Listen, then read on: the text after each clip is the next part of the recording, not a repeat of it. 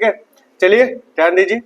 Last time computer of fundamental of computer में हम लोग क्या डिस्कस कर रहे थे, कीबोर्ड, या फिर कह सकते हो मेन टॉपिक क्या था हमारा, इनपुट और आउटपुट डिवाइसेस। ठीक है, जिसमें कि इनपुट डिवाइसेस में हमारा पहला था कीबोर्ड, सबसे कॉमन जो होता है वो हमारा हो गया था।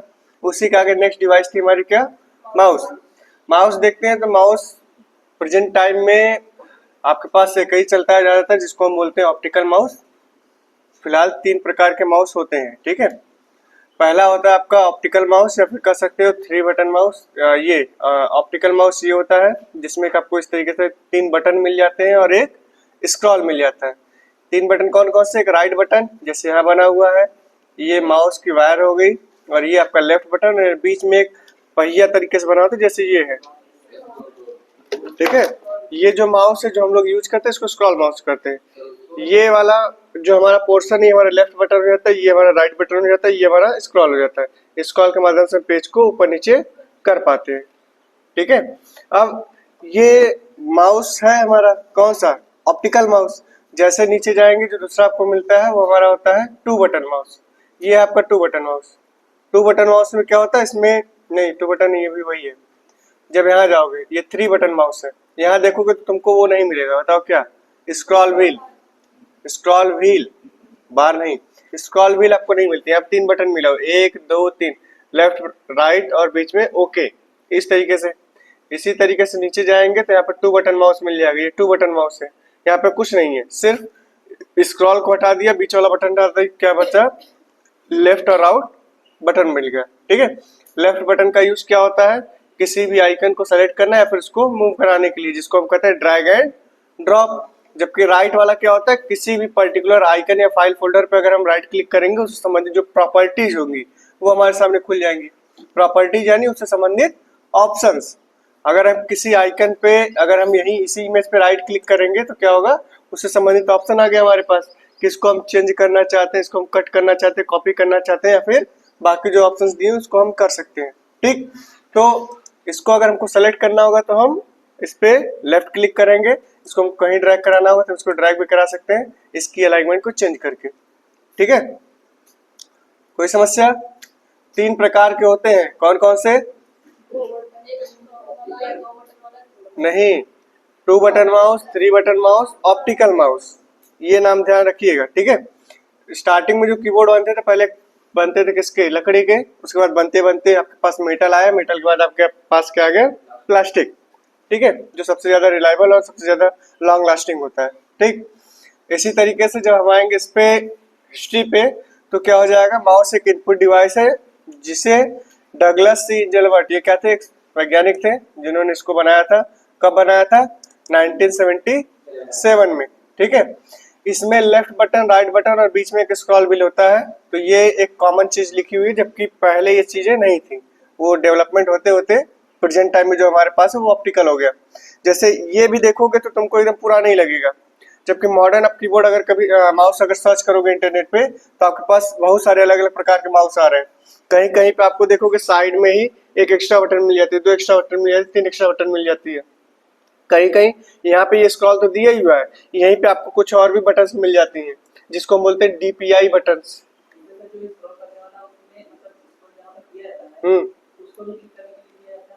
हाँ, इसमें है, आप अगर करना चाहो कर सकते हो। इसी को आप स्क्रॉल भी कर सकते हो, इसी को आप क्लिक भी कर सकते हो। हाँ, लेकिन कोई मतलब नहीं इसको क्लिक करने का, मेन आपका काम क्या होता है इसका स्क्रॉल करने का। बाकी जो आपको काम करने हैं आपको इसको आराम से इसका काम करके काम कर सकते हैं। ठीक है, तीसरी चीज इसमें जो स्क्रॉल व्हील आ गई उसका काम समझ में आ गया।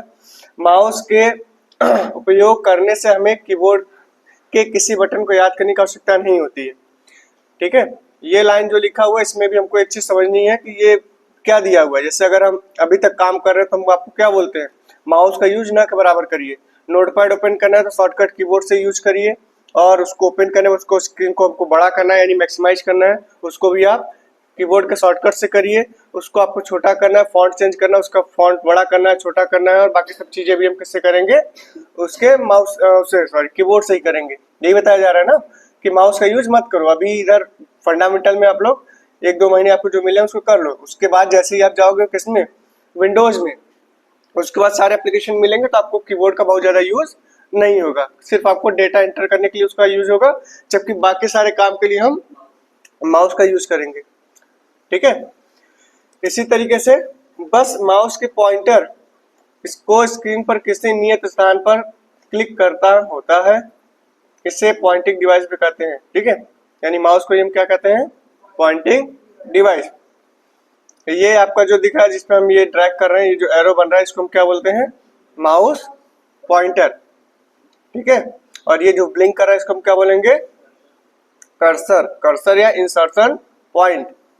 ठीक है, माउस 2 बटन, 3 बटन तथा ऑप्टिकल भी होते हैं। माउस के नीचे एक रबर बॉल होता है जो माउस के सतह पर हिलने में मदद करता है।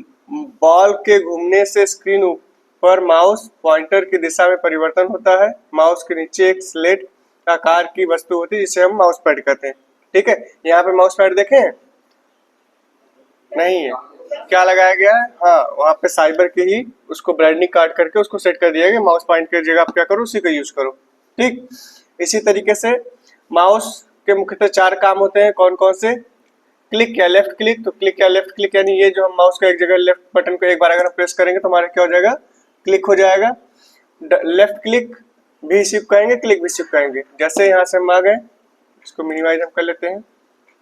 ये सब जितना हम काम करें, जैसे सब हमारे पास क्या है, आइकन्स है ना डेस्कटॉप पे, तो जिस किसी भी आइकन को हमको सेलेक्ट करने से हम एक बार क्लिक करेंगे तो हमारा क्या हो गया, सिलेक्ट हो गया। ठीक, अब इसको अगर हमको कहीं ड्रैग करना है या फिर कहीं ले जाना है तो उसके बाद आपके पास आ जाता है double click, double click, right click, उसके बाद ड्रैग एंड ड्रॉप। तो जब हम डबल क्लिक करेंगे किसी भी आइकन पे, जैसे ये फोल्डर है हमारा, इसको अगर हम डबल क्लिक ओपन करेंगे तो क्या हो जाएगा, ये ओपन हो जाएगा, हो गया। फिर इसको अगर हम बंद करना चाहते हैं, सिंगल क्लिक करेंगे बंद हो जाएगा। उसी से संबंधित अगर हमको प्रॉपर्टीज देखनी होगी तो राइट क्लिक कर देंगे। अगर हमको इसका स्थान परिवर्तन करना, हमको कहीं और ले जाकर रखना, हम यहाँ रख देंगे। अभी भी ये वहां पर रुक नहीं रहा है, इसकी भी सेटिंग होती है, आगे आपको बताया जाएगा। जैसे जब हम यहाँ पे राइट क्लिक करेंगे व्यू पे, यहाँ पे हमको मिल जाएगा ऑटो अरेंज आइकन्स, इसको हम हटा देंगे तो हम कहीं भी अगर इसको रखेंगे तो हमारा वहीं रुक जाएगा। ठीक है, अभी हम क्या कर रहे हैं, ड्रैग एंड ड्रॉप, एक जगह से हमने पकड़ा और इसको हम ले जाके यहाँ पे रख दिया, तो एक जगह से उठाना, ये हमारा क्या हो गया, ड्रैग हो गया। हम क्या करेंगे, सी ट्रेस को ना ड्रैग करें, जबकि जहां पर हमने छोड़ दिया वो क्या हो गया, ड्रॉप हो गया, हमने छोड़ दिया उसको। ठीक, तो ये 4 काम मेनली होते हैं, लेफ्ट क्लिक या क्लिक, दूसरा होता है हमारा राइट क्लिक डबल क्लिक, तीसरा होता है राइट क्लिक, चौथा होता है ड्रैग एंड ड्रॉप। ठीक है, कोई समस्या इसमें नहीं, ऑलरेडी यूज कर रहा होगा तो ज्यादा समस्या नहीं होगी, समस्या आगे वाले ऑप्शंस में होंगी जब हम जाएंगे ट्रैक बॉल पे, जो कि आप नहीं देखते हो।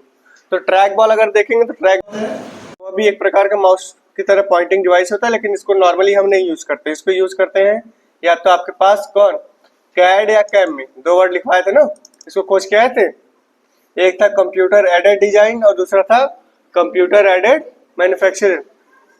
ठीक है, कंप्यूटर एडेड डिजाइन यानी जो काम आर्किटेक्ट वाला होता है, ठीक है, बिल्डिंग बनाना और बाकी सब चीजें जो डिजाइनिंग का काम होता है वो कौन करता है, आर्किटेक्ट करता है। तो उनके पास इस तरीके के माउस के काम नहीं करते हैं वो, उनके पास अलग से होता है ट्रैक बॉल, जिसमें कि बटन छोटे छोटे भी होते हैं, लेकिन उसके बाद बड़ा से एक बॉल होता है, उसी बॉल को इस तरीके से वो घुमा घुमा के अपने हिसाब से काम करते हैं। अगर माउस पॉइंटर जैसे हम आप क्या कर रहे हैं, हम पूरा पूरा माउस को ड्रैग कर रहे हैं ना, हमको जहां भी जाना होगा। ठीक, जबकि वहां पे क्या होगा, वहां पे जो बॉल होगा, यहाँ जैसे स्क्रॉल व्हील खाली ऊपर नीचे हो रहा है, वो जो बड़ा सा बॉल होगा उसको हम अपने हिसाब से तीनों 4 फिंगर से अपने हिसाब से उसको ड्रैग करके कर सकते हैं। जितना हम उसको घुमाएंगे उतना ही वो घूमेगा। ठीक, तो वो क्या हो जाएगा हमारा ट्रैक बॉल। काम उसका भी यही है, उस पर हमको अगर क्लिक करना है, डबल क्लिक करना है तो हमको कुछ करने का आवश्यकता नहीं, उसी बॉल को हम अगर क्लिक कर देंगे तो हमारा सेलेक्ट हो जाएगा, डबल क्लिक कर देंगे तो खुल जाएगा, यानी इतना स्मूथ उसको बनाए होते हैं। ठीक है, उसका अगर फिगर देखोगे, फिगर दिखा दे रहे हैं,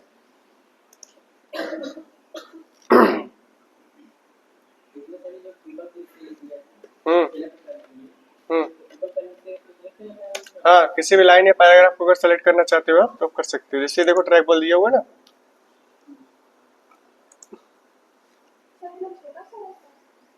माउस की तरह, तो माउस भी तो छोटा ही होता है बहन। ये बॉल है ना, ये बॉल है, इसी बॉल पे हम क्या करते हैं, इसी बॉल को सिंपल, अरे इतनी बड़ी बॉल है, हम इस फिंगर से जैसे दाएं बाएं करेंगे तो पूरा काम होगा। तो जैसे अभी ये आपको माउस स्टार्टिंग में प्रसार करता है, हमारे हिसाब से नहीं काम करता, कभी इधर भाग जाएगा कभी इधर भाग जाएगा। वही चीज इसमें भी होती है, जब नया नया आप लेके काम करोगे तो चीजें डिस्टर्ब करेंगी, लेकिन जैसे जैसे आप उस पर कैपेबल होते जाओगे, देखो ये काम कर रहे हैं ना, तो ये आपके पास अलग अलग चीजें हैं ट्रैक बॉल की। मोर एक्यूरेट, अब यहाँ प्रिसाइज दिया हुआ है, अलग अलग इसके आप देखोगे तो यहाँ देखो घुमाने के लिए दिया हुआ है। ठीक, यहाँ पे उसके फंक्शंस दिए हुए हैं, कैसे कैसे वो वर्क करेगा, किस किस सिस्टम में वो वर्क करेगा, विंडोज में भी वर्क करेगा, मैक में भी करेगा। ये उसकी डिजाइन है, किस कंपनी द्वारा बनाया गया है। ठीक, इसको ये दिखा रहा है।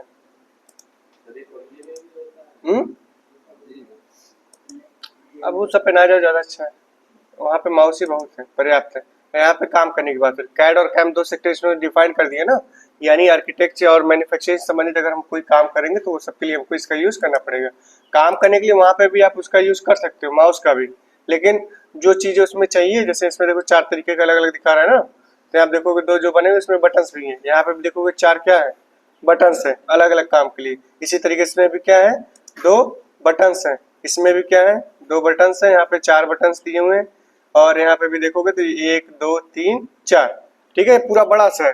आपको जैसा करना है, जैसे हम गाड़ी चलाते हैं तो जो हमारा वो होता है उसको क्या बोलते हैं, जिसको हम गियर, एक्सीलेटर नहीं, जो गियर होता है जिसको हम गियर चेंज करते हैं, उसी गियर वाले में देखो कुछ कुछ पे बटन्स भी बने होते हैं, जिससे आपको अगर चेंज करना है उसको तो आप उसको मैनुअली भी कर सकते हो, बटन वाले से भी आप बटन क्लिक करो ऑटोमेटिक वो चेंज हो जाएगा, या फिर आप उसको उस तरीके से भी कर सकते हैं। जैसे स्कूटी में होता है तो क्या होता है, जो हमारे पास बाइक्स होती हैं उसमें कुछ होता है नहीं, उसमें हम जितना एक्सीलेट करेंगे उस तरीके से चलेगा। क्या, वही हम बोल रहे हैं, तो उसमें बहुत सारी चीजें, स्कूटी में जैसे हमारे पास नहीं ज्यादा कुछ करने की आवश्यकता होती है, वैसे कार भी देखोगे तो बहुत सारे ऐसे कार हैं जिसमें कि हमको गियर लगाने की आवश्यकता नहीं है। हम स्टार्ट करेंगे, जितनी तेज हम चलते जाएंगे ऑटोमेटिक गियर वो चेंज होता जाएगा, जितना स्लो करेंगे ऑटोमेटिक वो रुकता जाएगा, जिससे कि जिसको गियर चला प्रॉब्लम होती है, गियर लगाना, एक्सीलेट करना, गियर लगा फिर एक्सीलेटर लेंगे तब गाड़ी आगे बढ़ेगी। जैसे बाइक में होता है, अगर हमको गियर चेंज करना तो हम क्या करेंगे, पहले जो हमारा एक्सीलेटर वो है क्लच है, उसको हम क्लच लेंगे, फिर यहाँ से गियर चेंज करेंगे, फिर उसके बाद हम धीरे धीरे इसको छोड़ेंगे और इसका एक्सीलेटर लेंगे, तो उस हिसाब से हमारी गाड़ी उतनी तेज भागेगी। यही तो होता है। तो वो सब चीजें क्या है, वो सब अलग अलग फैक्टर्स हैं अलग अलग चीजों पे। उसी तरीके से यहाँ पे भी है आपके पास। ठीक है, ये क्या है आपका ट्रैक बॉल। कोई समस्या? हाँ, अरे ट्रैक बॉल माउस है, इसी को आप ट्रैक बॉल कर सकते हो, मतलब माउस की तरह ये भी काम करता है। जो काम हम यहाँ पे भी कर रहे हैं, सारा कुछ माउस को घुमा रहे फ्री काम कर रहे हैं, वही काम हम इससे भी कर सकते हैं, लेकिन इस पे भी हमको वर्क करना पड़ेगा। और ये अगर उस सेक्टर में यूज हो रहा है तो यानी कुछ ना कुछ इंपॉर्टेंट तो होगा ही ना, इसीलिए किया गया होगा, नहीं तो क्या जरूरत पड़ी होगी ट्रैक बॉल की जगह माउस बनाए, माउस की जगह ट्रैक बॉल बनाए, एक ही जगह दोनों जगह लगा लें, तो कुछ ना कुछ चीजें होंगी। भाई साहब ये गेंदा है, देख रहा है ना, गेंदे को हम, ये है तो उसको हम जिधर भी दाएं बाएं ऊपर नीचे करना चाहें कर सकते हैं। माउस नहीं घुमाना होता उसमें, आपको सिंपल खाली बॉल घुमाएंगे उस हिसाब से। ये हम क्या कर रहे हैं, ये हमारा ये है तो इसको हमको पूरा घुमाना, हमको फंक्शन इसका पता है, जब तक इसको हम घुमाएंगे नहीं तब तक ये काम नहीं करेगा। यहीं रखेंगे तो जहाँ पे रहेगा हमारा, हम राइट क्लिक करेंगे तो राइट क्लिक वाला आएगा, लेफ्ट क्लिक करेंगे तो लेफ्ट क्लिक वाला ऑप्शन आएगा, जबकि वहां पे क्या वही काम आपका ये जो बॉल लगा वो ये करेगा। इसको अगर हमको ऊपर नीचे करना तो हमको इस पूरे इसको ट्रैक बॉल को घुमाने की आवश्यकता है, इसका जो बॉल लगा उसी को हमको घुमाने की आवश्यकता रहती है, खाली घुमाएंगे माउस पॉइंटर सिर्फ सेट रहता है, उस हिसाब से वो काम करेगा। ठीक है, आगे बढ़ते हैं। इसके बाद हो जाएगा आपका जॉयस्टिक। जॉयस्टिक क्या होता है, ये भी एक बढ़िया चीज है, गेम हम खेलने के लिए होता है। ठीक है, यह भी बेसिकली किसके तरीके काम करता है, जैसे आपका जॉयस्टिक। ठीक, जॉयस्टिक देखो ये दिया हुआ है,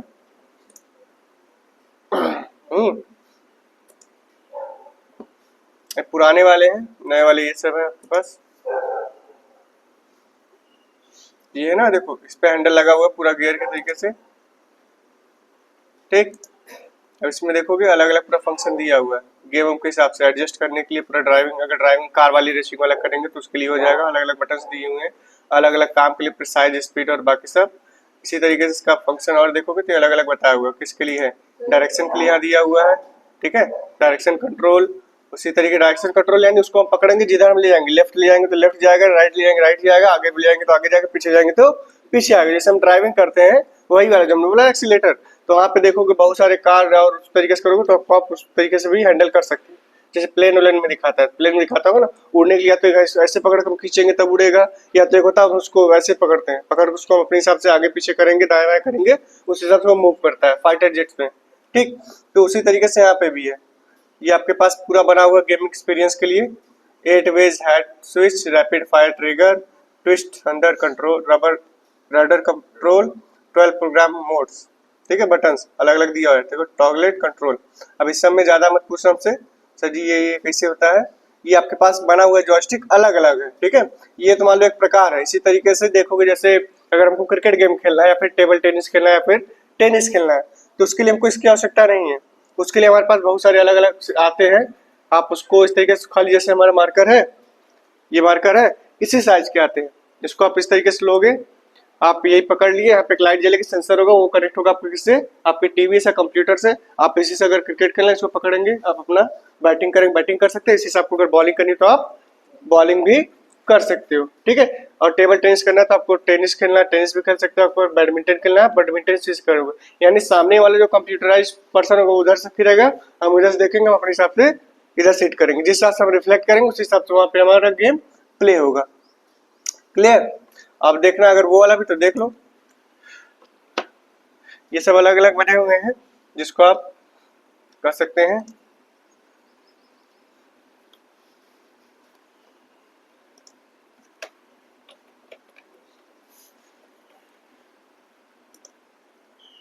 ठीक है, ये सब दिख रहा है ना, देखो ये सब इसी की बात कर रहे थे। अब ये सब क्या है, ये सब वही वाले हैं जो हम बता रहे हैं।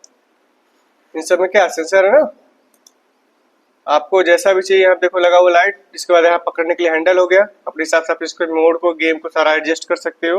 बाकी अपने हाथ पकड़ेंगे, अपने हिसाब से इसको हम प्ले कर सकते हैं, ठीक है। ये सब में अगर आप वो सारे गेम खेलना चाहोगे जैसे रनिंग और बाकी सब वाला तो नहीं खेल पाओगे, लेकिन हाँ अगर फाइटिंग वाइटिंग खेलना तो आप वही आपका तलवार में कन्वर्ट हो जाएगा। लेकिन शूटिंग वूटिंग के लिए आपका ये ज्यादा यूज नहीं होगा, ठीक है। शूटिंग वूटिंग के लिए आपको वाला ज्यादा बढ़िया था, हमने पकड़ लिया, हमारा गोली है तो हमारे पास तरीके दिखा रहा, हम दाएं बाएं कर रहे हैं, उसके बाद प्रेस करो तो धड़ाधड़ गोली मारता है, वो चला जा रहा है, ठीक। कोई समस्या। ये क्या है, जॉयस्टिक है। अलग अलग तरीके के लिए अलग अलग हमारे पास जॉयस्टिक्स पड़े हुए हैं, जैसा हम प्ले करना चाहते हैं, ठीक है। ये देखो दिया है ना, वीआर बॉक्स पहन के हम खेल रहे हैं, तो ये आपका अलग अलग बना हुआ है। अरे गेम्स होते हैं उसके हिसाब से रेड करना पड़ता है। अरे हम क्या बोले, सब में खेल सकते हो आप। अगर टीवी में बड़ा सा स्क्रीन है उसमें लगा दिए, कंप्यूटर में लगा दिए। वीआर का यूज क्यों होता है, वीआर का यूज अगर आप बड़े स्क्रीन में देखना चाहते हो, वर्चुअल रियलिटी में आप खेलना चाहते हो, यहाँ पे भी अगर हम इसमें खेलना शुरू करेंगे हमको क्या लगेगा, बाहर फ्लैग्स दिख रहा है, इधर फ्लैग्स दिख रहा है, इधर फ्लैग्स दिख रहा है, बाहर तो पी आ रहा है, खटपीट हमारा दिमाग उधर चला जा रहा है। तो जब हम वीआर बॉक्स लगा लेंगे तो क्या हो जाएंगे, एक वर्चुअल वर्ल्ड में चले जाएंगे, उसी वाले में जिस गेम को हम खेलना चाहते हैं। तो अब हमको सारी चीजें वही दिखेंगी, दाएं बाएं ऊपर जितना भी हम करेंगे गेम, उसका इंटरफेस उसी तरीके से तैयार किया गया होगा कि हमको लगेगा नहीं कि हम अपने रियल वर्ल्ड में, हमको अपने ही अलग दुनिया दिखेगी, वहां हम अपने हिसाब से गेम प्ले करेंगे जिस तरीके से हम कैरेक्टर वहां पे डिफाइन किए गए होंगे, ठीक है। कोई समस्या नहीं, वेरी गुड। आगे चलते हैं, अगला हो जाएगा आपका स्कैनर। ये देखो इंपॉर्टेंट है। तो स्कैनर अगर आपको समझना है तो सिंपली आपको दो लाइन में समझ सकते हो। जैसे प्रिंटर के लिए हम कहते हैं सॉफ्ट कॉपी से हार्ड कॉपी तैयार करने के लिए हम किसका यूज करेंगे, प्रिंटर का। उसी तरीके से हार्ड कॉपी को सॉफ्ट कॉपी में कन्वर्ट करने के लिए हम किसका यूज करेंगे, स्कैनर का। यही, हाँ, सॉफ्ट कॉपी यानी हमारे कंप्यूटर में जो पड़ा हुआ है, हार्ड कॉपी यानी जो हमारे पास फिजिकल पड़ा हुआ है, ठीक है। तो ये अभी हमारे पास क्या है, सॉफ्ट कॉपी है ना, सिस्टम में पड़ा हुआ वर्ड की फाइल है। इसको अगर हम प्रिंट मारेंगे तो प्रिंट हम किससे करेंगे, प्रिंटर से करेंगे हार्ड कॉपी के लिए। जबकि वही नोट्स अगर हमारे पास हार्ड कॉपी में हमको किसमें बनाना है, सॉफ्ट कॉपी के लिए, तो उसको हम स्कैनर पर रख के स्कैन कर लेंगे और वो हमारा सॉफ्ट कॉपी में तैयार हो जाएगा। Clear, thank you. अब होता क्या है, इसमें भी आपको कई तरीके के स्कैनर मिलते हैं, ये सब बहुत ज्यादा पढ़ने की आवश्यकता नहीं है। यहाँ पे आपको स्कैनर का पता चलने, यहाँ से 8 से लेकर के आपको स्कैनर मिलेंगे। जैसे पहला आपका दिया हुआ है कौन सा, बारकोड रीडर। तो बारकोड रीडर का यूज हमने पीछे बताया था। आप कहीं भी सेल्समैन में जाओगे या फिर सुपरमार्केट में जाएंगे, लाइब्रेरी में जाएंगे, या फिर आप वहां जाओगे पोस्ट ऑफिस में, ठीक है, और वहाँ पे जो उनके प्रोडक्ट्स होते हैं सुपरमार्केट में, उसको ऊपर एक आपके पास बारकोड बना होता है, उस बारकोड के अंदर ही सारी इन्फॉर्मेशन फिलअप होती है। ठीक है, हमको बार बार उसकी एंट्री करने की आवश्यकता नहीं है। तो हमारे पास पर्टिकुलर सॉफ्टवेयर है, उस सॉफ्टवेयर के माध्यम से करके हम उसको खाली स्कैन करेंगे और उस पर्टिकुलर लिस्ट में ऑटोमेटिक चीजें हमारी फिलअप हो जाएंगी। ठीक है, एक बार हमने सारा डेटा भर दिया, उसके बाद जब दोबारा हम उसको स्कैन करेंगे बेचने के लिए, पहले तो हम स्कैन करेंगे रजिस्टर्ड करने के लिए, इतनी चीजें हमारे पास है, उसके बाद हम रखेंगे बेचने के लिए। वह व्यक्ति अगर जो भी हमारे पास लेके आता है उसको हम देंगे, उसका हम प्रोडक्ट स्कैन करेंगे बारकोड को, ऑटोमेटिक वो हमारे स्टॉक में से एक माइनस हो जाएगा। ठीक है, नहीं तो मैन्युअली अगर मिलाना हो, काउंट करना हो, तो क्या होगा, हमारे पास ज्यादा समय जाएगा और चीजें हमारे पास करेक्ट इन्फॉर्मेशन नहीं रहेगी। लगेगा अभी तो नियर अबाउट है, पता चला लंबा ऑर्डर है, हमारे पास सामान ही नहीं है, तो वैसे होगा क्या, हम तुरंत चेक कर लेंगे, बताओ कितना है हमारे गुड्स में, तो तुरंत कंप्यूटर में चेक करेगा, अच्छा ये इसमें इतना बचा हुआ है। एग्जैक्ट और एक्यूरेट आंसर, वहां पे कमी होने की आवश्यकता नहीं है। नहीं तो वहां क्या होगा, अगर आपसे कोई वैसे पूछे ओरल तो क्या कहोगे, लगभग यही होगा। अब लगभग में क्या है, उसमें उससे ज्यादा भी हो सकता है, उससे कम भी हो सकता है, तो वहां पे क्या होगा, आप प्रॉपर डेटा दे पा रहे हो नहीं। अब हम मान लें उसको पॉजिटिव वे में कि ज्यादा होगा, हमने ज्यादा ऑर्डर ले लिया, पता चला हमारे पास उतना स्टॉक ही नहीं है, तब लॉस होगा ना। उस कंडीशन में हम क्या करेंगे, हम इन सब का यूज करेंगे तो हमारे पास डेटा अपडेटेड रहेंगे और बहुत ज्यादा जाम होने की आवश्यकता नहीं रहेगी, यानी एक्यूरेसी हमारी बढ़ेगी, वो ज्यादा इंपॉर्टेंट है। ठीक है, क्लियर, बारकोड रीडर। ठीक, एक तो बारकोड रीडर होता है, एक क्यूआर कोड होता है। ठीक है, तो क्यूआर की बात नहीं हो रही है, आपके आधार कार्ड और बाकी सब चीजें देखोगे तो आप जो स्क्वायर में होता है उसको हम बोलते हैं क्यूआर, जबकि ये क्या आपका बारकोड है। इसी तरीके से जब हम जाएंगे OCR, OCR means optical character reader, ये भी बढ़िया होता है अगर हमारे यहाँ। अरे रीडर रिकॉग्निशन वही होता है, रीडर मतलब भी उसको पढ़ना, रिकॉग्निशन में भी याद करना पढ़ना। अब आते हैं होता क्या ये, तो जैसे हमारे पास हमने कहा नोट्स को अगर हमको सॉफ्ट कॉपी करना है, तो अगर हम उसको स्कैन करेंगे तो स्कैन करने पर क्या होगा, वो सिर्फ पेज वाइज जाएगा, फोटो वे में जाएगा, वो हमारे टेक्स्ट में रहेगा, उसमें एडिट हम कर पाएंगे, नहीं होगा, नहीं होगा। उसको एडिट करने का मतलब सिंपल सा ये है कि फोटो है तो उसको हम क्रॉप कर सकते हैं, उसको हम छोटा बड़ा कर सकते हैं, लेकिन उसमें हम कोई भी मैटर नया ऐड करना होगा ऐड नहीं कर पाएंगे। ठीक है, जैसे कि हम जिस फ्रीली हिसाब से हम यहाँ कर पा रहे हैं, हो रहा है ना। उसी तरीके से अगर हमको इसी तरीके का बनाना तो हम क्या करेंगे, ओसीआर करेंगे। हमारे पास कुछ ऐसे स्कैनर भी होंगे जहाँ पे नोट्स रखेंगे, ऑटोमेटिक वो स्कैन कर लेगा। जैसे यही एक सेम फीचर आपको मिलता है किसमें, आपके मोबाइल में, बताओ किस नाम से, सेम फीचर किस नाम से मिलता है, जो अभी हमने बताया कि अगर हमको सामने कोई बोर्ड ये सब बना हुआ है, हमको नहीं समझ में, जैसे इंग्लिश लिखा हुआ है, the more you learn the more you earn, ये लाइन है, कोटेशन है, हमको अगर इसका हिंदी पता करना होगा, हमको नहीं समझ में आ रहा है, हाँ गूगल कैसे, फीचर का नाम बताइए, गूगल तो है ही, तो हमको पूरा लाइन लिखेंगे, हम हमको लिखना नहीं है, कैसे, बारकोड। और बताओ सही वाला नाम बताओ तो चाय पी लेंगे।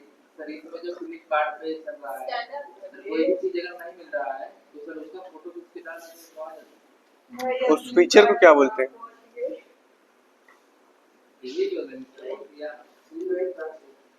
नेम बताइए, name, name name name important है। गूगल में तो बहुत कुछ है, एआई है, ट्रांसलेटर है, हम क्या बोल रहे हैं, यानी सामने कोई चीज पड़ी हुई, ढेर सारी ब्रांडिंग लगी हुई है, हमको नहीं समझ में आ रही इस भाषा का मतलब क्या है, हम चले गए किसी अदर स्टेट में जहाँ पे कि हमको हमारे हिंदी में नहीं लिखा हुआ, आपको कुछ और भाषा में लिखा हुआ है, हमको समझ में नहीं आ रहा क्या है। ठीक है, तो उसको हमको अगर पढ़ना होगा, समझना होगा, तो हम क्या करेंगे, उसको हमको हिंदी में समझना, तो कैसे समझेंगे, वहां पे भी तुम लिखोगे उसी भाषा में, जब तुमको आते नहीं तो लिखोगे कहाँ से, यही ना। तब उस कंडीशन में हम क्या करेंगे,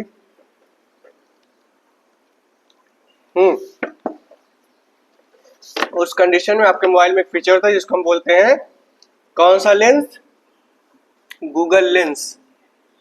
ठीक है, मोबाइल है किसी के पास, लॉजिक है, जिसमें नेट भी हो, बाद में मत कहना सर जी मोबाइल तो थी नेट नहीं है, वो दे रहा लड़का, 2 दिन में खुल जाएगा मोबाइल उसका, लाओ। अब जैसे ये है इनके पास तो पहले ही खोल दो। ठीक है, यहाँ पे गूगल वाला है ना, इस पर जब क्लिक करते हो ये ओपन होता है, तो यहीं पे एक देखो छोटा सा कैमरा बना हुआ है, इसको हम क्या बोलते हैं, गूगल लेंस। इस पे जैसे हम क्लिक करेंगे इस तरीके से आपके पास खुलेगा। अगर हमारे पास ऑलरेडी कोई है जिसको हमको देखना है तो इसको हम ले सकते हैं, अदरवाइज हम यहाँ से क्लिक कर सकते हैं कैमरे पे। हमको जो भी चीज जैसे यही लिखा हुआ है तो हम कहाँ चले गए, वाह गजब बेइज्जती। देखो ये है, इसको हमने क्या किया, क्लिक किया फोटो, ठीक है। अब हिंदी में ना, अब यही देखो एक ट्रांसलेट का ऑप्शन दिया हुआ है, इस पर हम क्लिक करेंगे जैसे ही इस तरीके से, तो क्या करेंगे इसको ट्रांसलेट कर देगा। अब देखो लिख दिया OCR ऑप्टिकल कैरेक्टर रीडर, पूरा हिंदी में हो गया।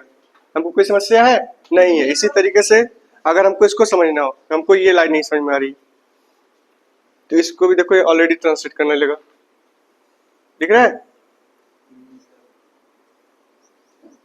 हुआ। जितना अधिक आप सीखोगे उतना अधिक आप कमाओगे, क्लियर हो रहा है। तो इसी तरीके से जहां भी आप जाओगे, लेकिन आपको यहाँ पे लैंग्वेज चूज करना पड़ेगा कि सामने वाला लैंग्वेज है क्या, तो आप यहाँ पे क्लिक करोगे। अगर आपको ये किसी और लैंग्वेज में, यहाँ से हम लैंग्वेज को चूज कर सकते हैं। ये ऑटो मोड में तो ऑटोमेटिक खुद ही डिटेक्ट कर ले रहा है कि ये इंग्लिश में है। इतना एडवांस हो चुका है आपका मोबाइल कि आपको बहुत ज्यादा सेटिंग करने की आवश्यकता नहीं है। सिंपल खोलिए, क्लिक करिए, ऑटोमेटिक वो डिटेक्ट कर लेता है। अगर नहीं डिटेक्ट कर पाता है तो आप मैनुअली जाके यहाँ से अपने हिसाब से चूज कर सकती हो कौन सा भाषा है। अगर बंगाली है तो बंगाली ले सकते हो, तमिल, तेलुगु जो भी होगा, गुजराती होगा, मराठी होगा, आप लेके अपने हिसाब से समझ सकते हैं उसको। कोई भी लैंग्वेज, कोई भी लैंग्वेज, हम क्या कह रहे हैं, जो भी लैंग्वेज इनके पास है, इनके लाइब्रेरी पड़ी हुई, जिस लैंग्वेज को गूगल समझ पाता है वो सारी लैंग्वेज आपको मिल जाएगी। अगर उसके अलावा भी कोई लैंग्वेज है तब आपको मेहनत करनी पड़ेगी। और अभी तक जितनी आपके पास है, जहां जहां आप जाओगे, जो जो पॉसिबिलिटीज है, वहां पे आपको चीजें वही मिलेंगी जो जो कि इनके पास है। आपको इतनी परेशानी होने की आवश्यकता नहीं है, सब हो जाएगा, सब हो जाएगा। अरे उनकी भी तो भाषा है कि वो क्या उसमें बतियाते हैं, जिक्शर में। ऐसे कहोगे खाना कहाँ मिलेगा, ऐसे कहोगे नहीं ना। आ जाओ टॉपिक में, OCR समझ में गया ना। इसी तरीके से जो मोबाइल में तो मान लो हमारा डेमो हो गया, आपके पास अलग से स्कैनर्स भी आते हैं जिनके माध्यम से आप स्कैन करके अपना सारा काम कर सकते हैं और तेजी से, ठीक है। अब यहाँ पे आएंगे MICR, तो इसका बेसिकली यूज कहाँ होता है, बैंकों में।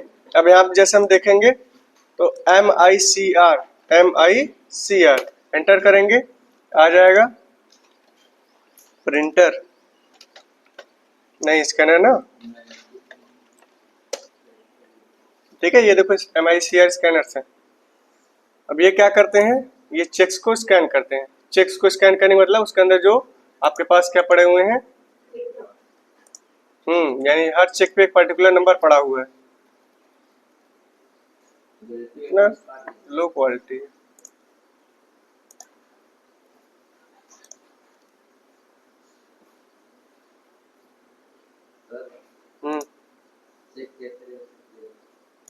सर रुक कर रही है थोड़ा सा, एक काम तो कर लेने दो मालिक। तुम पहले उसमें बताने लग रहे हो। ये अलग अलग स्कैनर्स हैं। समस्या क्या है, तुमको चेक करने वाला देखना है कि वहां पे डॉलर रुपए से तुम बदला लोगे डोनाल्ड ट्रंप से, नहीं लोगे ना। स्कैनर है, अब देखो ये क्लियर दिख रहा है ना, ठीक। अब यहाँ पे है क्या, ये एक प्रकार का, ऐसे ये कौन सी कंपनी का, कैनन का लग रहा है। हाँ, वो अलग अलग डिपेंड होता है आप किस तरीके के लेना चाहते हो। हर डिवाइस के आपके पास छोटे, बड़े और मीडियम साइज के वर्जन आते हैं। आप जिस तरीके के यूज करना चाहते हो कर सकते हो। तो ये जो हमारा क्या है, MICR है। तो हर चेकबुक पे एक आपके पास क्या होता है, पर्टिकुलर चेक नंबर लिखा होता है, ठीक है। वो देखने में आपको एक नॉर्मल चेक नंबर लगेगा, जबकि आप उसको जब आप यूज करोगे वहां पे, जैसे अभी MICR लिखे थे ना, आया था MICR, ये जैसे ये है,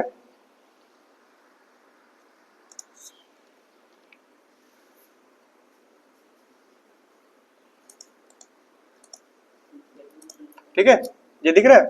अब ये आपका एक चेक है, इस चेक में यहाँ पे देखोगे एक चेक नंबर लिखा होता है, ठीक है। ये MICR कोड होता है। ये आपको एक स्पेशल लिंक से लिखा होता है, जिसको कि अगर आप देखोगे ध्यान से तो आपको देखने में लगेगा कि ये तो एक नंबर लिखा हुआ है। कहीं पे कुछ इस तरीके से लिखा होगा कि तुम्हारा मोटा होगा, कहीं पतला होगा। जैसे यहाँ देखो 4 देखोगे इसका, जब गया। अब यहाँ पे जब इसके 4 पे ध्यान से दोगे तो 4 देखोगे, तुमको सिंपल लग रहा है, नहीं ना, तुमको लग रहा है ये ऐसे बना 4 है, लेकिन वो 4 एक्चुअल में नहीं है, वो एक अलग तरीके का सिंबल डाल दिया गया है।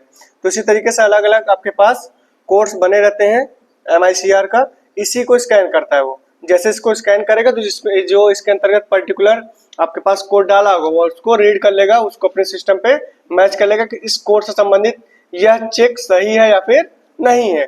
अगर कोई फर्जी बना के लाया होगा तो उसको नहीं उठाएगा और वो रिजेक्ट कर देगा, ठीक है, और आपका चेक बाउंस हो जाएगा। क्लियर? कोई समस्या? इसी चेक्स को चेक करने के लिए बैंकों में ये यूज होता है और ज्यादा जगह यूज नहीं होता। हाँ, यूज होगा बैंकों में, क्योंकि जो आपका MICR कोड होता है वो वही होता है कि यहाँ पे एक कोड बना हुआ है, इसको स्कैन कर लेगा, काम हो जाएगा।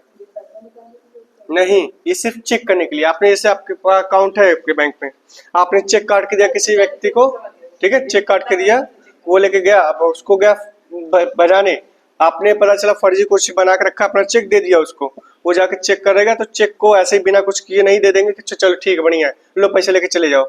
उसको भी चेक करते हैं चेक को कि चेक सही है या फिर नहीं है। तो जो जिस मशीन में हम चेक करेंगे उसको हम क्या कहेंगे? MICR स्कैनर, ठीक है। हाँ, MICR वही तो है, MICR कोड इसीलिए लिखा है ना, इसी को हमको रीड करना है, तो हम इसको डालेंगे। अब अलग अलग तरीके के यहाँ पे दिया हुआ है, एक तो जैसे ये दिया हुआ साइड्स में हम लगा कर देंगे तो अंदर चला जाएगा। एक आपके पास यहाँ मिल गया था, कहाँ गया?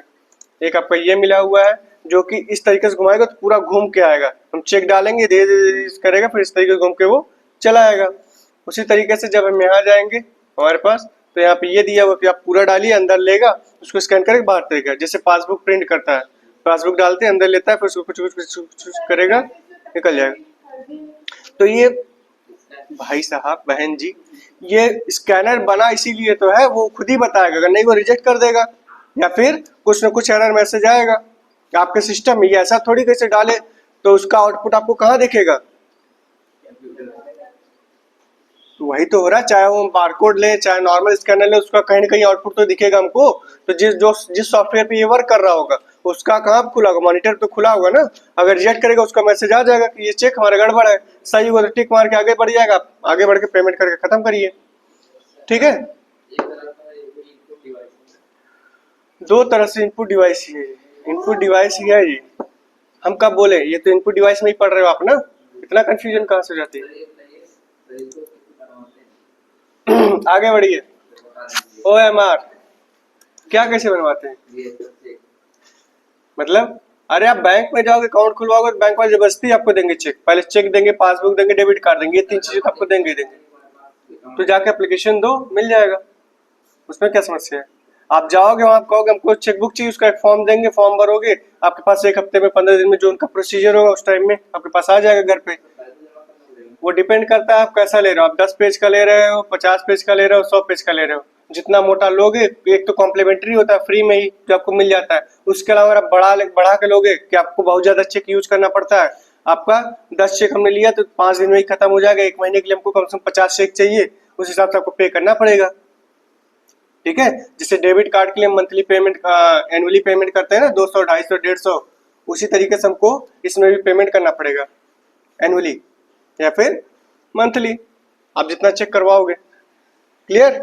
जिस प्रकार का आप चेक लोगे, अगर 10 पेज का लोगे जो नॉर्मल होता है उसमें आपको हो सकता है पेमेंट ना पड़े या फिर बहुत नॉमिनल पड़े, उससे ज्यादा अगर हम लेंगे तो वहाँ पे हमको पेमेंट देनी पड़ेगी।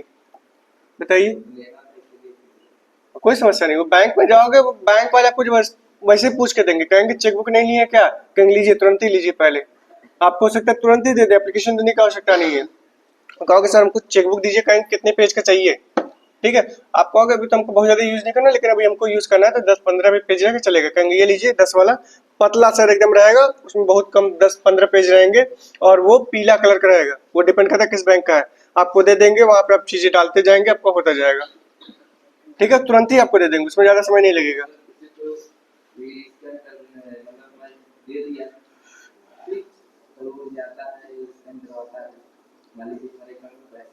तो उससे चेक बाउंस करते हैं।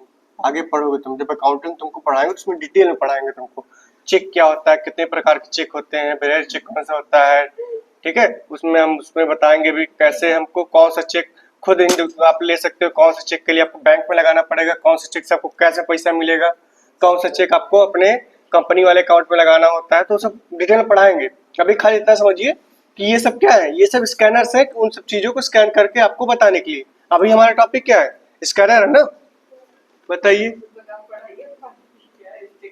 नहीं, आगे देखिए। यह एक प्रकार का दस्तावेज होता है जिसके कि हम बैंक से हस्तांतरण कर सकते हैं। पैसा निकालने के लिए बैंक से हम इसका यूज करते हैं। वर्तमान में आप इसलिए पूछे क्योंकि आपने कभी चेक देखा ही नहीं। आप वह डिजिटल प्राणी हो 2014 के बाद वाले, जो कि डिजिटल क्रांति में हुए हो। ठीक है, तो डिजिटल क्रांति वालों को इनसे बहुत ज्यादा मतलब नहीं है कि चेक क्या होता है। उनको सीधा मिल गया मोबाइल, सीधा हम नेट बैंकिंग का यूज करके अपना सारा काम कर ले रहे हैं। ठीक है, तो आपको नहीं पता, जबकि जो 2019-98 से पहले वाले पैदा हुए उनसे पूछो, वो लोग बताएंगे चेक बुक क्या होता है। उससे भी पुराने वाले अगर चले जाओगे, पापा से पूछो, पापा कहेंगे पीट के तुमको बताएंगे कि तुमको चेक नहीं पता, तुम क्या पढ़ने जाती हो, किस स्कूल में पढ़ती हो, किस इंस्टीट्यूट में पढ़ती हो। ठीक, तो चेक एक प्रकार का क्या दस्तावेज है। बहुत सारे अलग अलग प्रकार के वहाँ दस्तावेज होते हैं जिनके माध्यम से हम बैंक से पैसा निकालते हैं। आपका डीडी भी होता है, वही से हम बोल रहे हैं, आगे पढ़ाएंगे। डीडी होता है, डिमांड ड्राफ्ट, ठीक है, उसमें पेमेंट ट्रांसफर करने के लिए नेफ्ट होता है, आरटीजीएस होता है, ठीक है, और क्या होता है, एक और होता है। ऐसे ही बहुत सारे अलग अलग यूपीआईज होते हैं, वो सब भी आप ट्रांजेक्शन पढ़ेंगे, करेंगे। क्लियर, आगे बढ़े बहन, भाई साहब, थैंक यू। स्कैनर खत्म कर लेने दो। ओएमआर पे आते हैं, यह सबसे कॉमन है। यानी जैसे अगर हम, आप कॉलेज में ऑब्जेक्टिव क्वेश्चन आंसर्स का वो देते हो ना एग्जाम, तो वहाँ पे हमारे पास ओएमआर सीट मिलती है, लिखा होता है ओएमआर सीट। वहाँ पे हमको अगर कुछ लिखना है तो मैनुअली हम नहीं लिखते, हम क्या करते हैं वहाँ पे गोला करते हैं। ठीक है, एकदम पूरा काला कर दो, पूरा लाल कर दो, लाल नहीं करते काला करो। पूरा जब हम काला कर देंगे उस हिसाब से वो स्कैनर क्या करेगा, पूरा लाइट मारेगा, जहां जहां उसको डॉट्स मिलेंगे उसको कैप्चर करेगा, जो जो सही होंगे वो सिस्टम के फॉर्मेट के हिसाब से जो उसमें सेट किया होगा सॉफ्टवेयर पे, उस हिसाब से चेक करके बता देगा कि इनका इतना आंसर सही है। अगर माइनस मार्किंग वाला हुआ तो उसी में कर देगा इतना इनका सही, इतना इनका गलत है, उसी में से माइनस कर देगा कि अगर माइनस मार्किंग इतना नंबर उसका माइनस कर दो। अगर 100 नंबर क्वेश्चन पेपर 50 सही है तो 50 आपको मिल गया, लेकिन आपने 50 अगर गलत कर दिया तो उसके हिसाब से अगर 1/4 आपका काट रहा है, यानी 25 नंबर 25%, तो आपका कितना हो गया, 13.5 मारेंगे ना। अरे एक क्वेश्चन आपने अगर गलत किया तो एक राइट आंसर का चौथा हिस्सा आपका कटेगा, यानी 0.25% आपका कटेगा। तो 4 अगर आपने गलत आंसर किए तो एक आपने जो सही किया वो चला गया। ठीक, तो अगर 50 नंबर हमने सही किया तो कितना हमको मिला, 50 नंबर। अगर फिर हमने 50 गलत कर दिया तो क्या होगा, हमारा उसमें से 13.5 नंबर माइनस हो जाएगा। अब ये कैलकुलेशन घर पे जाकर बैठ के करना। हाँ, उसी में से 50 में से 13.5 माइनस कर देंगे, कितना हो जाएगा, 13.5। धन्यवाद, रहने दो तुम लोग बहुत क्या। हाँ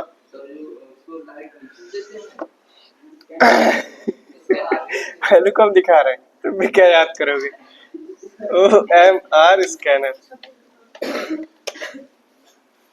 हे भगवान। देखो भैया, लाइट इनको ऊपर से दोगे कि नीचे से दोगे, ये सब देखो बने हुए अलग अलग स्कैनर्स हैं।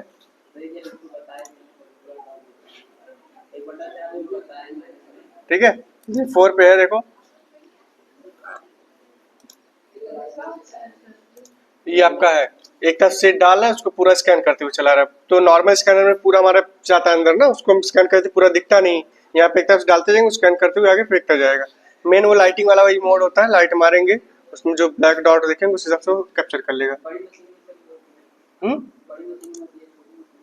हाँ तो नॉर्मल, भाई साहब वो डिपेंड करता है हमारी नीड पे ना, हमको कोई जरूरी हम बड़ा ही लेंगे।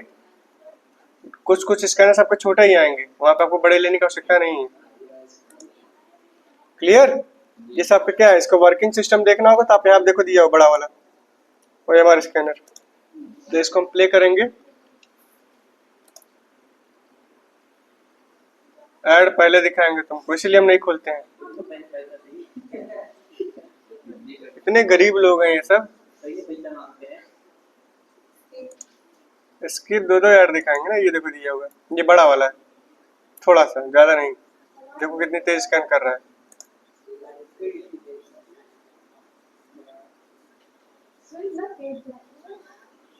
और क्या तुम्हारी तो सुस्त है वो वो सुस्त नहीं है।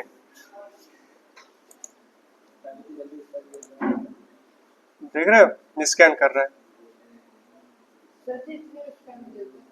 और क्या, अरे सॉफ्टवेयर इंसान नहीं है। आप 21वीं सदी में चल रहे हो, आप 19वीं सदी के व्यक्ति नहीं हो। 19वीं सदी में कंप्यूटर बनाने की शुरुआत हुई थी, 18वीं सदी में बनाने की शुरुआत हुई थी, ठीक है।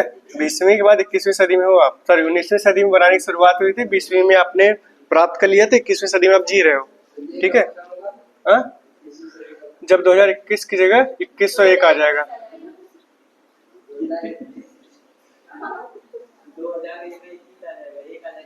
जब 2100 आ जाएगा मान के चलना तुम 22वीं सदी में आ गए,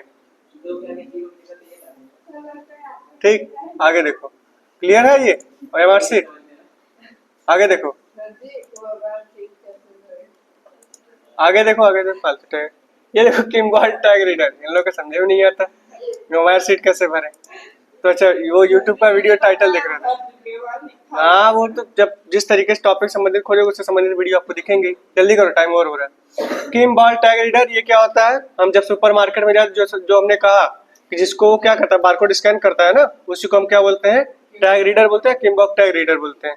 आप यहाँ देखोगे तो आपके पास किस तरीके के होते हैं? बारकोड वाले होते हैं। बाहर कहीं जाओगे तो आपको वहाँ पे कुछ ऐसे भी होते हैं जिसके अंदर आपको उसका बारकोड नहीं लगा होता, वहाँ पे एक पर्टिकुलर छेद किए होते हैं, अलग कोड बना होता है उसके कि इसका ये इस तरीके का है, ठीक है। स्पीच रिकॉग्निशन सिस्टम ये बहुत इंपॉर्टेंट है। ये क्या होता है? ये जैसे वहां पे जाओगे, एरोप्लेन में जाओगे तो वहां पे जो आपके पास पायलट्स होते हैं वो क्या कहते हैं, कान में लगाए रहते हैं, और जो मेन सेंटर होता है उससे बातचीत करते रहते हैं, ठीक है। स्पीच रिकॉग्निशन, हम व्हाट्सएप से अगर हमको कुछ टाइपिंग करना है तो हम बोलते जाएंगे, टाइप करता जाएगा, वॉइस टाइपिंग। वो सब किसके एग्जाम्पल्स हैं? उसी के एग्जाम्पल्स हैं। इस जब ध्यान से आप पढ़े होगे तो आपको समझ में आएगा वही बात कही रहा है ये, ठीक है, कि हम जो चीज बोलेंगे उसको वो कंप्यूटर भाषा में रूपांतरित करके टाइप करके भी समझा सकता है और उसको वॉइस के साथ आंसर भी दे सकता है। जैसे गूगल पे हम कहे हे गूगल तो तुरंत आता है ना, जो हुक्म मेरे आका, उसके बाद बोलो गाना चलो तो गाना चलेगा, फोन लगाओ फोन लगाएगा, अलार्म सेट करो तो अलार्म सेट करेगा। जहाँ बैठे होते हैं वही तो समझा रहे हैं। आप पायलट देखोगे तो चलाएगा, चलाने के लिए जिस जगह बैठा होगा तो अलग केबिन होता है ना आगे का छोटा सा, उस केबिन में बैठा है तो वहीं से बड़ी सी विंडो होती है, वहीं से देखता रहता है, ठीक है। विंडो सीट उसी को मिलती है, बड़ी वाली, पैसेंजर छोटी वाली मिलती है, तो वहीं से ऑपरेट करता है। वो जो पूरा केबिन होता है उसको हम बोलते हैं कॉकपिट, ठीक है। Clear, thank you. आगे देखो, लाइट पेन, प्रकाशी कलम, ये भी इंपॉर्टेंट है। आपके पास वर्तमान समय में जितने भी ऑनलाइन क्लासेस चलती हैं वहां आप देखोगे तो एक बड़ा सा पीछे वो होता है, एलईडी बोर्ड होता है, उसी पे वो पूरा पढ़ाते हैं। तो एक उनके पास एक पेंसिल होती है या फिर हाथ से सब करते हैं, पेंसिल लेते हैं, उसी वो लिखने और मिटाने का काम सारा वो करते हैं, ठीक है। वो जो पेन होता है वही हमारा कहलाता है लाइट पेन। फिलहाल ये तो हो गया मॉडर्न एग्जांपल। जब आप एक्चुअल में देखोगे लाइट पेन क्या होता है, जो नॉर्मल स्क्रीन, जैसे ये नॉर्मल स्क्रीन है ना, इस पे हम कहीं टच करें कुछ काम हो रहा है? नहीं हो रहा। इस स्क्रीन पे अगर हमको टच कैपेबिलिटी देनी है, यानी इसको हमको अगर टच स्क्रीन में कन्वर्ट करना है, तो उसके लिए हमारे पास लाइट पेन आएगा, उसको हम कनेक्ट करेंगे, उसके बाद हम डायरेक्ट इस पे ड्रॉ करेंगे या फिर इस पे हम ड्रॉ करेंगे तो उसका आउटपुट हमको यहाँ दिखने लगेगा।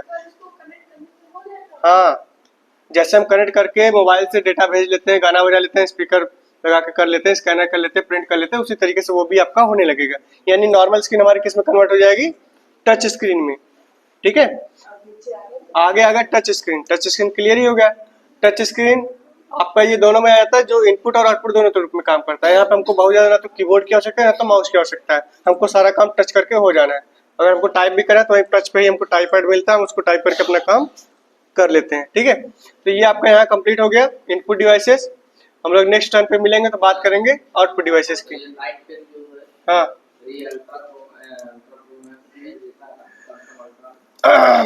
वो एक स्टिक होती है, उसको लाइट पेन नहीं कहोगे। लाइट पेन का देखो मेन जो उद्देश्य होता है वो क्या था, एक साधारण स्क्रीन को टच स्क्रीन में बदल देना। ये समझो ध्यान से। आप कोई भी देखोगे तो हर मोबाइल वाले कहीं ना कहीं अलग से देते हैं, एप्पल आईपैड वाले भी देते हैं वो बनाने के लिए, तो आपकी एक्सेसिबिलिटी को बढ़ाने के लिए देते हैं कि आपको जो काम करने का तरीका भी थोड़ा कम जो है उसको बढ़ा लो, ज्यादा कर लो, ठीक है। रुक जाओ, हमको कंप्लीट कर लेने दो। जबकि एक्चुअल में लाइट पेन का मतलब क्या होता है कि एक साधारण स्क्रीन को अगर टच वाली फीचर में आपको कन्वर्ट करना है तो उसके लिए आपको लाइट पेन का यूज कर सकते हैं। इसको नहीं कर सकते, इसको कर सकते हैं जब ये एक्चुअल में कंप्यूटर से कनेक्ट हो जाएगा तो इसको हम कर सकते हैं। अदरवाइज मेन स्क्रीन क्या है हमारी, ये है ना लैपटॉप की, ये हमारी क्या टच है? नहीं। अगर यहाँ से हम टच करेंगे तो उस पर भी वो काम करेगा। डायरेक्ट अगर को यहीं से हम लाइट पे लगा करना शुरू करेंगे तो इसमें नहीं करेगा, उसके लिए आपको कंप्यूटर प्रॉपरली चाहिए, ठीक है। क्या? स्मार्ट बोर्ड आ रहे हैं हाँ, सर, वो एक तरह की कंप्यूटर नहीं है, कंप्यूटर नहीं है वो। आपके कंप्यूटर का एक कह सकते हो, एक नई टेक्नोलॉजी आ गई है कि आपको पूरा वही बड़े स्क्रीन के रूप में दे दिया, उसको आप कंप्यूटर नहीं कहेंगे। छोटा सा होता है। फिर क्या बोले, हम क्या कर रहे हैं, वो ऑलरेडी टच वाला है, उसको आप चाहे पेंसिल से यूज करो चाहे वो हाथ से यूज करो, क्या उसको हाथ से यूज करो नहीं काम करेगा? करेगा ना। जबकि लाइट पेन बनाने का उद्देश्य क्या था, जब उद्देश्य समझोगे तब समझ जाओगे, इतना क्वेश्चन आने का आवश्यकता नहीं है। उद्देश्य क्या था, एक साधारण स्क्रीन को स्क्रीन टच में कन्वर्ट कर देना। अगर वह डिवाइस के माध्यम से एक साधारण स्क्रीन पर हम टच वाला काम कर रहे हैं तो हमारी क्या होगी, लाइट पेन होगी।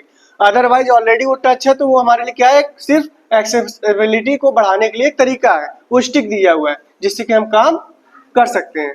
क्लियर? उसको आप लाइट पेन नहीं कहोगे, समझ सकते हो, इसलिए हमने पहले एग्जांपल वही वाला दिया समझाने के लिए, क्योंकि आप उससे ज्यादा रिलेट करोगे बजाय इसके। क्लियर? तो साधारण स्क्रीन को अगर हमारा वो कन्वर्ट कर दे रहा है किसमें, टच स्क्रीन में, तो हमारा क्या हो गया, लाइट पेन हो गया। अदरवाइज आपके पास अलग अलग डिवाइस के लिए अलग अलग है, हमारे पास तो ऑलरेडी टच है तो हम उसको पेन का यूज क्यों करेंगे, कि हम और अच्छे से लिख पाए ना। मोबाइल में हम लिखते हैं, कहता है साइन करी, तो हम अगर इससे हाथ से करेंगे तो इतना मोटा हमारा निब जाकर वहाँ प्रेस होता है, मोटा से लिखता है, बढ़िया उसके बाद भी नहीं बनता है। जबकि अगर हम पेन से अपने लिखना चाहेंगे तो लिखाएगा नहीं। तो उसी काम को बढ़ाने के लिए, हमारा काम कम करने के लिए आपने आपको दे दिया निब, उस निब से जब आप लिखोगे तो एक्चुअल में आपको पेंसिल वाला या पेन वाला काम होगा। क्लियर? वही काम आपका आईपैड करता है, जो आपके पास आते हैं करने के लिए, वही काम आपका सैमसंग वाले करते हैं, उनके पास अलग स्टिक दी होती है, उसको आप लाइट पेन नहीं कर सकते हो। समझने के लिए आप समझ सकते हो, इसी तरीके से काम करता है, लेकिन वो होता नहीं है। क्लियर? कोई समस्या? Shivangi, thank you. आज का प्रवचन यही समाप्त करते हैं। बोलो सत्यनारायण भगवान की जय। अब हम लोग मिलेंगे अगले भाग में, डिस्कस करेंगे द्वितीय अध्याय आउटपुट डिवाइसेस। हाँ, अगले भाग में। प्रसाद आओ बेटा पीछे, उसको बंद करो जी, उसको बंद करो। ओ मालिक, पीटना है।